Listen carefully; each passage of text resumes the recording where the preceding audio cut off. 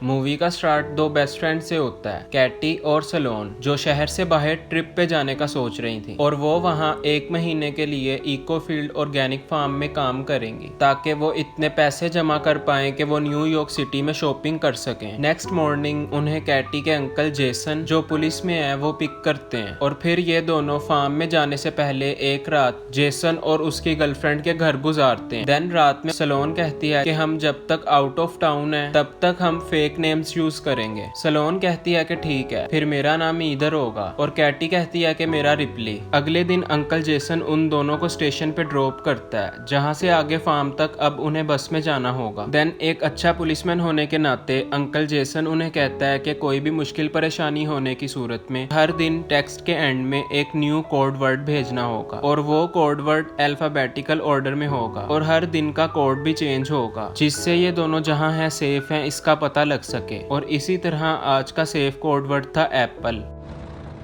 Then uncle के जाने के बाद उन्हें अभी भी यहाँ पे इंतजार करना था, क्योंकि बस को आने में अभी भी 1 घंटा बाकी था। फिर वो दोनों पास ही के एक कैफे में वेट करने का सोचती हैं और यहाँ पे वेट करते हुए इनकी इसी टाउन के 2 लड़कों से हेलो हाय हो जाती है और फिर ये सब टेबल शेयर करते हैं। दोनों लड़कियां खुद को उस फेक नेम से इंट्रोड्यूस करवाती हैं जो उन्होंने उस रात सोचे थे और वो दोनों लड़के खुद को भाई बताते हैं, जिनमें से एक का नाम जेड और दूसरे का लूकस। दोनों भाई उन्हें उनकी वर्क प्लेस तक राइड ऑफर करते हैं। केटी इनकार करती है बट सलोन खामोश थी। खैर वो दोनों उन लड़कों के साथ ब्लू ट्रक में बैठ जाती हैं, लेकिन इनका सफर वैसा नहीं गुजरता जैसा ये सोचकर आई थी। जेड बड़ी होशियारी से उस फार्म के पास से आगे निकल जाता है जहां ये दोनों को काम करना था। ये हरकत से वो दोनों कंफ्यूज हो जाती हैं। कुछ ही देर बाद आगे जाकर वो लोग एक जगह पे पहुंचकर रुक जाते हैं। केटी पूछती है कि हम कहाँ आ गए हैं, ये कौन सी जगह है।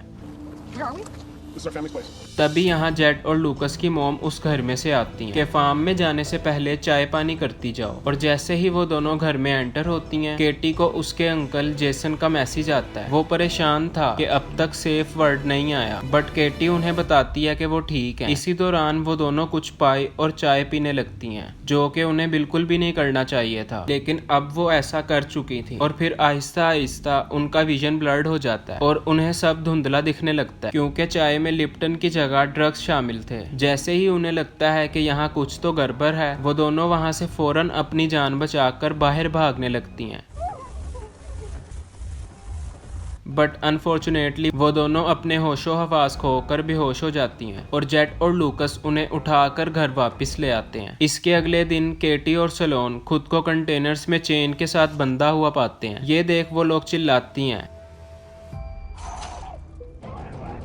तभी जेड वहां आकर उन्हें बताता है कि अब तुम लोगों का यही ठिकाना है और फिर वो उन्हें जिंदा रहने के लिए कुछ बेसिक चीजें देते हैं, जैसा कि कपड़े, बेड और टॉयलेट। देन नेक्स्ट सीन में केटी और सलून उनके दिए हुए कपड़े पहनकर खड़ी होती हैं और फिर हमें जेड और लूकस का बॉस दिखाया जाता है, जिसका नाम है बोरिस। वो केटी से उसका मोबाइल लेके चेक करने लगता है कि कहीं किसी को पता तो नहीं कि ये लोग अभी कहाँ हैं। इसी दौरान बोरिस को पता चल जाता है कि केटी ने टेक्स्ट मैसेज में कोई कोड वर्ड का इस्तेमाल किया और हमें जाली नाम बताए थे। और फिर जबरदस्ती धमकाकर वो लोग ये जानने में कामयाब हो जाते हैं कि सेफ कोड वर्ड एप्पल था। देन सब कुछ थोड़ा कूल होने के बाद केटी और सलोन को यहाँ नकली 150 रुपए वाले शोवर में नहाना पड़ता है कि तभी टाउन का चीफ इन दोनों को बचाने के लिए गन पॉइंट करके वहाँ आता है। केटी उसे बोलती है कि ध्यान से, क्योंकि इन लोगों के पास भी गन्स हैं। अब तक उन्हें भी यही लग रहा था कि ये इन्हें बचाने यहाँ आया है,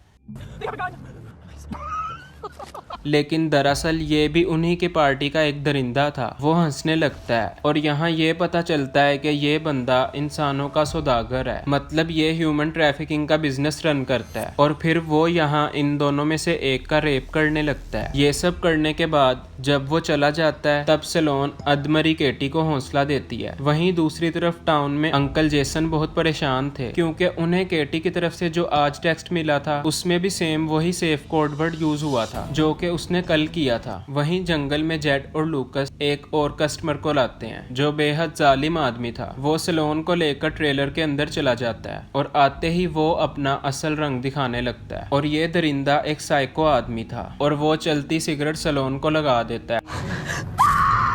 और उस पे और भी काफी जुल्म करता है। Meanwhile police uncle Jason salon और कैटी जहाँ काम करने गई थी वहाँ कॉल करके उनका पूछता है और वो बताते हैं कि वो दोनों कल से ही काम पे नहीं आई। जेसन समझ जाता है कि कुछ तो गलत हो रहा है। वो फौरन उनके लिए निकल पड़ता है। सैलोन और कैटी की जिंदगी दिन ब दिन जहन्नुम बनने लगती है क्योंकि नेक्स्ट कस्टमर पहले वाले दरिंदे से भी अजीब था। जैसे ही वो आता है जेट और लूकस फौरन उनके चेहरे कवर कर देते हैं और फिर वो क्रीपी कस्टमर पास आता है जिसने पिग मास्क लगाया होता है और फिर वो सैलोन को लेकर ट्रेलर में चला जाता है। फिर उसके जाने के बाद अब हौसला देने की बारी कैटी की थी। अच्छा, हमें यहाँ पे ये नहीं पता कि पिग मास्क ने अंदर जाके क्या किया, लेकिन सैलोन की हालत अब पहले से भी बदतर हो चुकी थी। वो काफी सदमे में थी। फिर नेक्स्ट सीन में अंकल जेसन टाउन चीफ के ऑफिस में जाके उससे मिलता है और ये वही बंदा था जिसे हमने पहले देखा था। और यहाँ हमें पता चलता है कि अंकल जेसन पुलिस में नहीं बल्कि FBI एजेंट है। वो चीफ से कहता है कि उसकी भांजी किडनैप हो चुकी है और उसे यकीन दिलाने की कोशिश करता है और वो ये भी बता देता है कि कैटी ने आज मैसेज करते वक्त सही सेफ कोड वर्ड यूज नहीं किया, इसलिए मुझे ये पता चला। और फिर जंगल में जाते ही चीफ किडनैपर्स को ये बता देता है कि कैटी के अंकल FBI एजेंट हैं और वो इन दोनों की तलाश में है और कैटी ने उनसे सेफ कोड वर्ड के बारे में झूठ कहा था। वो कहता है कि मैं नहीं चाहता कि हमारे इस धंधे में FBI आसपास भी भटके। फिर यहाँ का बॉस बोरिस जेफ को कहता है कि इन दोनों लड़कियों को मारकर इनकी लाश ठिकाने लगा दो। केटी उनको पता लगे बिना उनकी सारी बातें सुन लेती है। इसी दौरान FBI अंकल जेसन उस कैफे में इन्वेस्टिगेशन करने पहुंच जाता है जहां कैटी और सैलोन लास्ट टाइम आए थे और पूछने पर वहां का वर्कर बताता है वो दोनों लास्ट टाइम ब्लू ट्रक में यहां से गए थे। फिर अगले दिन केटी सैलोन को बताती है कि ये लोग हमें कत्ल करने का प्लान कर रहे हैं। देन कुछ ही देर में किडनैपर्स उसी भेड़िए के साथ वहां आते हैं और उस अकेले को इन पे नजर रखने का बोलकर वहां से चले जाते हैं। केटी ये मौका हाथ से नहीं जाने देती और वो उस आदमी को सेड्यूस करने लगती है और काफी पास आने के बाद वो फौरन अपने दांतों की मदद से उसे चीर के रख देती है और उसकी वहीं पे डेथ हो जाती है। और फिर वो दोनों खुद को लिपटी हुई चेन से आजाद करती हैं। कुछ ही देर बाद चीफ भी उनको मारने की नियत से यहाँ पहुंच जाता है, लेकिन जैसे ही वो अपनी गाड़ी से बाहर आता है पीछे से सैलोन और केटी उसकी गाड़ी लेके यहाँ से फरार हो जाती हैं और फिर वो सीधा टाउन में वापस आती हैं और इस सब जुल्म के खिलाफ बदले की आग दिल में लिए वो दोनों हार्डवेयर स्टोर में जाती हैं और डिफरेंट सामान लेती हैं। और फिर वो दोनों कैशियर से पूछती हैं कि क्या तुम बोरिस को जानते हो, वही जिसके पास ब्लू ट्रक है। और कैशियर उसे जानता था कि वो कहाँ रहता है। वहीं टाउन की दूसरी तरफ अंकल जेसन अपनी खोज जारी रखता है और वो इसी टाउन की कार इंश्योरेंस कंपनी में जाके बहाने से उनसे कहता है कि उसका ब्लू ट्रक के साथ एक्सीडेंट हुआ है और पूछता है कि क्या आप मुझे उसके मालिक का बता सकते हैं। वहीं बॉस बोरिस अभी अपने घर पहुंचा ही था और वो जैसे ही मुड़ता है केटी और सैलोन पहले से ही चुपके से घर में मौजूद थी और फिर वो दोनों कीलों से भरी हुई बॉल से हमला कर देती हैं और वो एक के बाद एक मारती चली जाती हैं,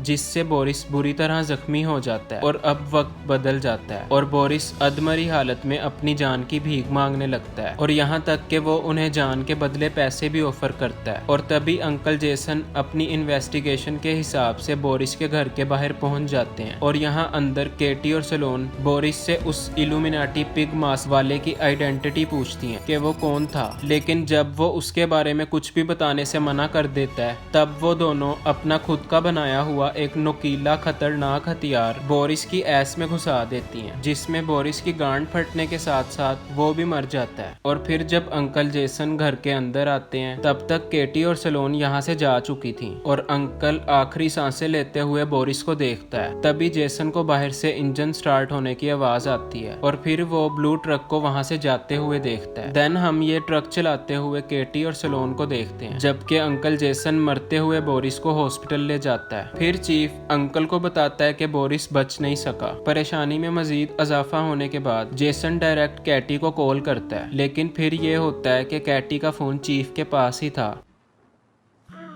और खतरे की घंटी बजती देख चीफ अंकल पे गन पॉइंट कर देता है। देन केटी और सलोन चर्च के बाहर पहुंचती हैं और यहाँ ये पता चलता है कि वो पिग मास्क वाला लड़का असल में टाउन का पादरी है, मतलब कि सब सोबर लोग इस धंधे में शामिल थे। सलोन रेपिस्ट का सामना करने के लिए चर्च में एंटर होती है और केटी की मदद से ये दोनों बेस्टीज मिलकर इस इल्यूमिनाटी दरिंदे को भी खत्म कर देती हैं। केटी पीछे से उसके सर पे बेसबॉल बैट से वार करके बेहोशी में गिरा देती है और फिर हम केटी और सलोन को देखते हैं जो कि अब बिल्कुल भी डरी हुई नहीं है और ना ही उन्हें कोई परवाह है। लेकिन जैसे ही वो रुकती हैं और गाड़ी से बाहर आती हैं तब हमें पता चलता है कि वो इल्यूमिनाटी पिग मास्क AKA पादरी ट्रक के पीछे पूरे रास्ते चेन से बंधा हुआ था और फिर आखिरी धमाका करने से पहले उस पादरी के आसपास पेट्रोल छिड़काती हैं और जाने से पहले आग लगा देती हैं। देन हम देखते हैं कि अंकल जेसन अब चीफ के कब्जे में है और इससे भी बुरा ये था कि चीफ के कब्जे में मजीद 2 और लड़कियां भी थीं जिनके साथ भी फ्यूचर में वही सब होने वाला था। फिर उन्हें सेल कर दिया जाना था या मार दिया जाना था।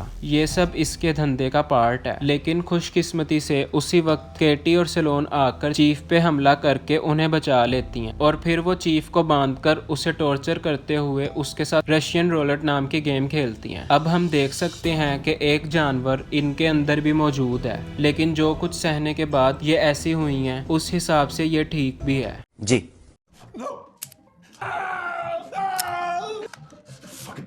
खैर इसके बाद चीफ भी जान की भीख मांगते हुए उन्हें बताता है कि मैं बहुत शर्मिंदा हूँ। वो कहता है मुझे बहुत पछतावा है, मरता क्या ना करता। खैर केटी बिल आखिर चीफ के सर में फायर करके उसका भेजा उड़ा देती है और फिर इसके बाद केटी और सलोन उन दोनों लड़कियों को भी आजाद कर देती हैं और उनसे कहती हैं कि अंकल जेसन को भी आजाद करो और फिर वो वहाँ से फरार हो जाती हैं। वो दोनों लड़कियाँ जेसन को आजाद करने लगती हैं। जेसन उनसे पूछने की कोशिश करता है कि चीफ को किसने टपकाया है, लेकिन वो दोनों लड़कियां केटी और सलोन की एहसानमंद होती हैं क्योंकि उन्होंने इनकी जान बचाई है, इसलिए वो जेसन को कुछ भी नहीं बताती। खैर फिर केटी और सलोन जेट और लूकस की मॉम के घर पहुंच जाती हैं। ये वही जगह है जहां इन्हें ड्रग दिए गए थे और फिर वो उन्हें भी सेम उसी तरह ड्रग जिस तरह इसने कुछ दिन पहले उन्हें किया था और फिर वो दोनों उसे बांध कर बेसमेंट में ले जाती हैं जहाँ इन लोगों ने पहले से ही जेट को बांध कर रखा था और फिर वो दोनों जेट की मदर को जबरदस्ती उसके सामने बिठाकर जेट के सर को बेसबॉल बैट मार मार के कुचल देती है और फिर इसके बाद वो इनकी मदर को लूकस के सामने बिठा देती हैं जो कि कुर्सी के साथ चेन से बंधा हुआ था। लेकिन इस बार वो लोग गेम में कुछ ट्विस्ट लाने के लिए लूकस की धुलाई करके उसे मारने की बजाय उसे बेसबॉल बैट पकड़ाकर उसे उसकी मॉम को मारने का कहती हैं और डराती धमकाती हैं और फिर लूकस ऐसा करने भी लगता है, लेकिन उसकी मॉम उसे ऐसा ना करने की रिक्वेस्ट करती हैं और फिर जब लूकस ऐसा नहीं कर पाता तो वो उसके दिमाग में गोली फिट कर देती हैं और लूकस के मरने के बाद वो ऐसा सेटअप कर देती हैं कि ऐसा लगे जैसे लूकस ने अपनी जान खुद ली है और यही इनका प्लान था। और फिर डरती हुई मॉम उन्हें उसकी जान बख्शने के लिए पैसे ऑफर करती हैं, लेकिन उसकी जान बख्शने की बजाय केटी घास काटने की मशीन उठाती है और बेदर्दी के साथ उसके चिथड़े उड़ाते हुए मदर की कहानी भी खत्म कर देती है। देन नेक्स्ट सीन में हमें दिखाया जाता है कि अंकल जेसन केटी के घर से उन दोनों को पिक करने आता है। यहाँ हमें पता चलता है कि कुछ टाइम गुजर चुका है और अंकल इन दोनों को एयरपोर्ट ड्रॉप करने आता है, जहाँ से एक्साइटेड होकर वो दोनों न्यूयॉर्क की तरफ अपने आगे का सफर जारी करती हैं, जो इन्होंने स्टार्ट में सोचा था कि ये लोग पैसे जमा करके न्यूयॉर्क में जाके शॉपिंग कर सकें। लास्ट सीन से हमें ये पता चलता है कि अंकल जेसन को भी इस बारे में कुछ नहीं पता कि इनके साथ उस दिन क्या हुआ था और बदले में इन्होंने रेपिस्ट का क्या हाल किया। और इसी के साथ ये मूवी खत्म। बहुत तकलीफ होती है। चुप। ठीक है, मिलते हैं नेक्स्ट वीडियो में। Thanks for watching. चुप हूं तो चुप रहने दो, चुप चुप चुप रहने दो, चुप और तुम भी चुप। चुप हूं तो चुप रहने दो, चुप चुप चुप रहने दो, चुप और तुम भी चुप।